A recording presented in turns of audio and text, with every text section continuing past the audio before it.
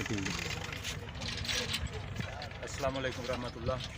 इस टाइम असी हापू वाले दे विच मौजूद हाँ। इस इलाके पूरे दे विच सैलाब आया है तो लोग बड़े ही परेशान है। यह देखो पानी पानी सारा होया पिया है। इत्थों लोग जिहड़े नीवें पिंडां वाले ने वो बन के उत्ते लिया के उन्हें आपदा माल बद्धा है।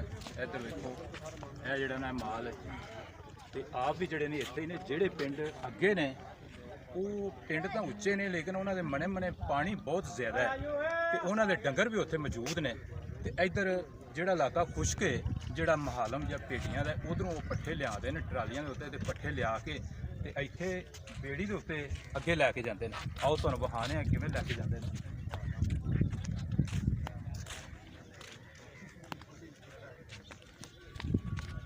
ਇਹ ਵਿਖਾਓ ਜੀ।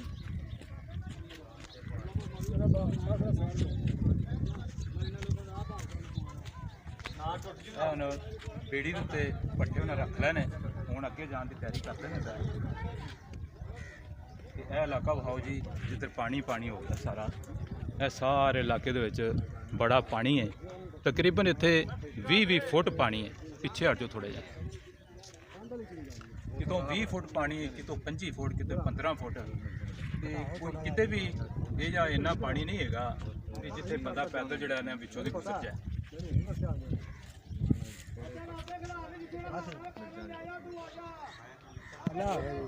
ए देखो जनाब इधर कुछ लोग इधरों जड़े ना देखने वास्ते आते हैं पै भी पानी जड़ा उनकी की कंडीशन।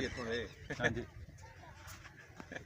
अच्छा भाई जी पानी कोई उतरिया है कि पानी अज उतरिया जी। कितना उतरिया? तकरीबन एक 4-5 इंच उतरिया। लो भाई हरी जड़े ने ये हापू वाले दे वसनीक ने वो दसदे ने पै भी कल नालों पानी जड़ा ना 5 इंच अज घट है तो खतरा अगे नालों काफ़ी कम हो गया है।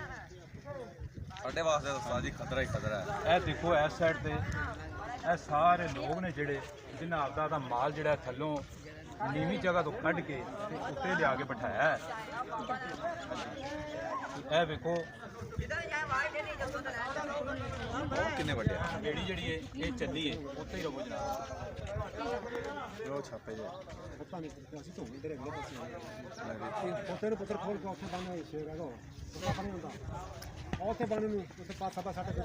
लोन बेड़ी में धक्का ला देने पे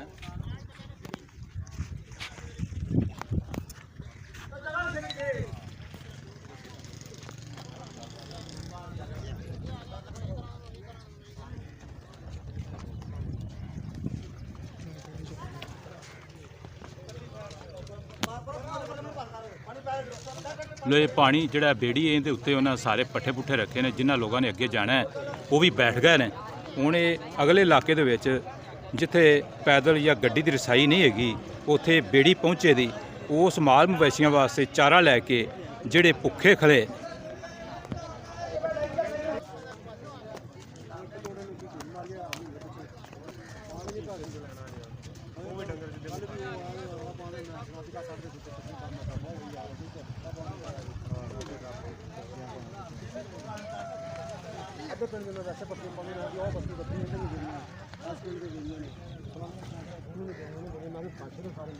ये दरिया सतलुज का सैलाब है तो सारा पानी जिहड़ा दरिया सतलुज का है।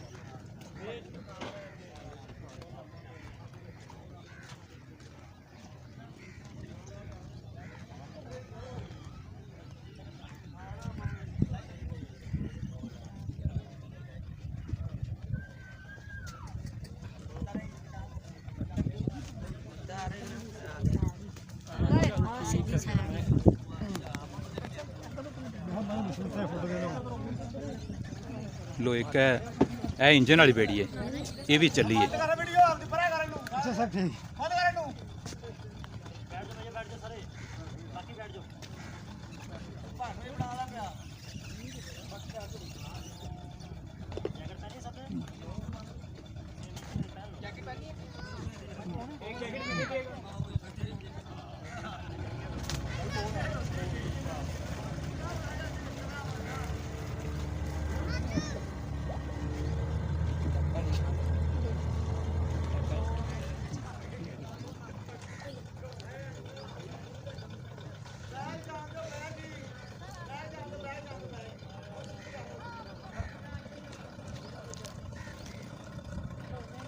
ਇਹ ਬੇੜੀ ਜਿਹੜੀ ਹੈ ਇਹ ਇੰਜਨ ਵਾਲੀ ਹੈ ਤੇ ਉਹ ਜਿਹੜੀ ਅੱਗੇ ਆ ਉਹ ਇੰਜਨ ਤੋਂ ਬਗੈਰ ਹੈ।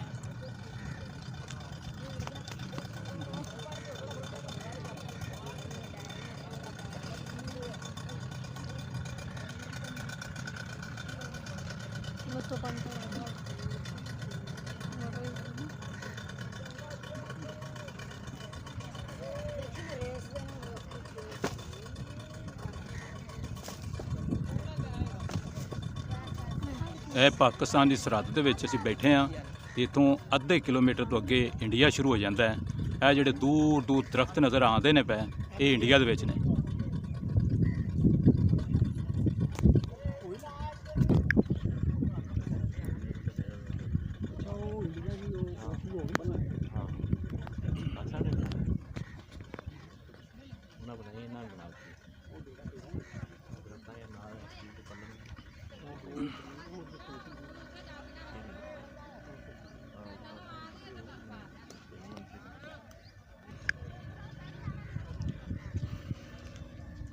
ਉਹ ਜਿਹੜੀ ਬੇੜੀ ਅੱਗੇ ਅੱਗੇ ਜਾਂਦੀ ਪਈ ਉਹ ਇੰਜਨ ਵਾਲੀ ਹੈ ਤੇ ਇਹ ਪਿੱਛੇ ਜਿਹੜੀ ਹੈ ਨਾ ਇੰਜਨ ਤੋਂ ਬਗੈਰ ਇਹਨੂੰ ਚੱਪੂ ਨਾਲ ਚਲਾਇਆ ਜਾ ਰਿਹਾ ਤੇ ਲੋਡ ਇਹਦੇ ਤੇ ਵੀ ਹੈ ਤੇ ਉਹਦੇ ਤੇ ਵੀ ਹੈ। ਬੜੇ ਲੋਕ ਪਰੇਸ਼ਾਨ ਨੇ। ਇਹ ਉਹਨਾਂ ਆਪਣੇ ਘਰਾਂ ਨੂੰ ਜਾ ਰਹੇ ਨੇ ਜਿੱਥੇ ਇਹਨਾਂ ਦੇ ਪਿਆਰੇ ਮੌਜੂਦ ਨੇ। ਉਹਨਾਂ ਵਾਸਤੇ ਕੋਈ ਖਾਣਾ ਲੈ ਕੇ ਜਾ ਰਿਹਾ ਹੈ, ਕੋਈ ਮਾਲ ਮਵੇਸ਼ੀ ਵਾਸਤੇ ਚਾਰਾ ਲੈ ਕੇ ਜਾ ਰਹੇ ਨੇ।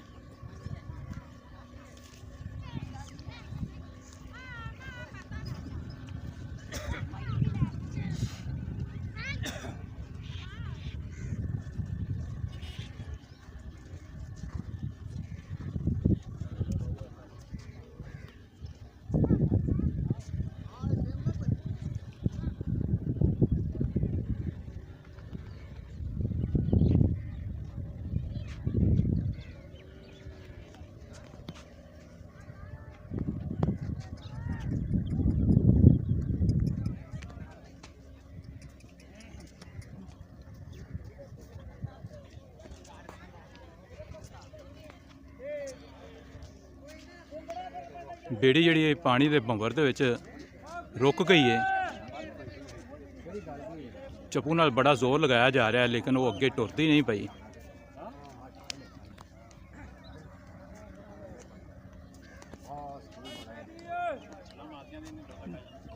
ਜਿੰਨਾ ਉਹ ਜ਼ੋਰ ਲਾਉਂਦੇ ਨੇ ਅੱਗੋਂ ਪਾਣੀ ਉਹਨੂੰ ਪਿਛਾਂ ਧੱਕ ਦਿੰਦਾ ਹੈ।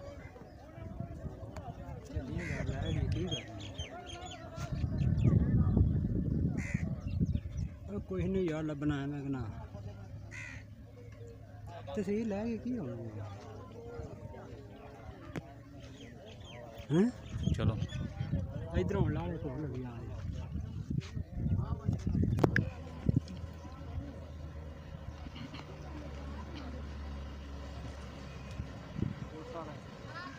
ਉਹ ਇੱਕ ਬੇੜੀ ਜਿਹੜੀ ਹੈ ਅੱਗੋਂ ਲੱਗੀ ਆਉਂਦੀ ਹੈ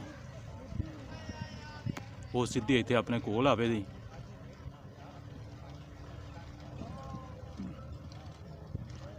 ਇਹਦੇ ਵਿੱਚ ਕੁਛ ਹਮਲਾ ਜਿਹੜਾ ਹੈ ਉਹ ਲੋਕਲ ਹੈ, ਕੁਛ ਪੁਲਿਸ ਵਾਲੇ ਨੇ।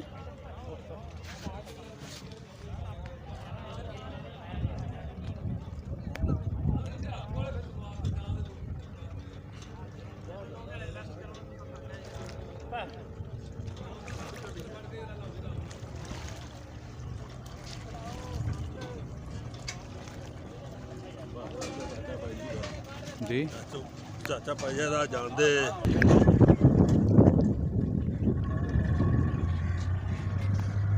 ਮਾਨਤ ਆ ਜਾ ਯਾਰ।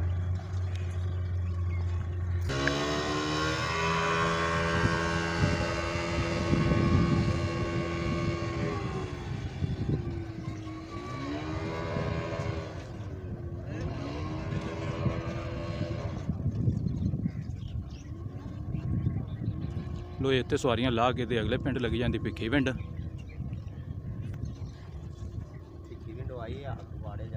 ਲੋ ਆਕੂਵਾੜੇ ਜਾ ਰਹੀ ਹੈ ਹੁਣ।